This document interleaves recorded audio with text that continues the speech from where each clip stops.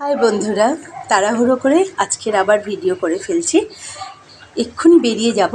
এখানে মাছের পাতলা খুব টেস্টি একটা ঝোল হচ্ছে। এটা হচ্ছে খোকা ইলিশ।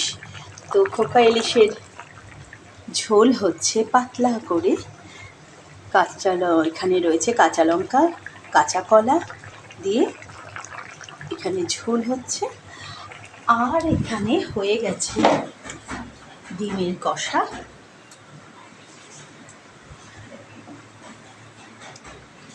আজকে এখানেই, কারণ এক্ষুনি বেরিয়ে গিয়ে ইউনিভার্সিটি যাব। সেখান থেকে আমি আমাদের নারীদের যে প্রতিবাদী আন্দোলন চলছে সেখানে যাব।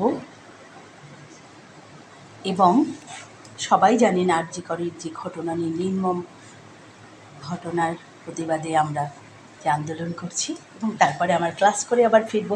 তাই এখানেই আজকে টাটা, আবার দেখা হবে নতুন রেসিপি।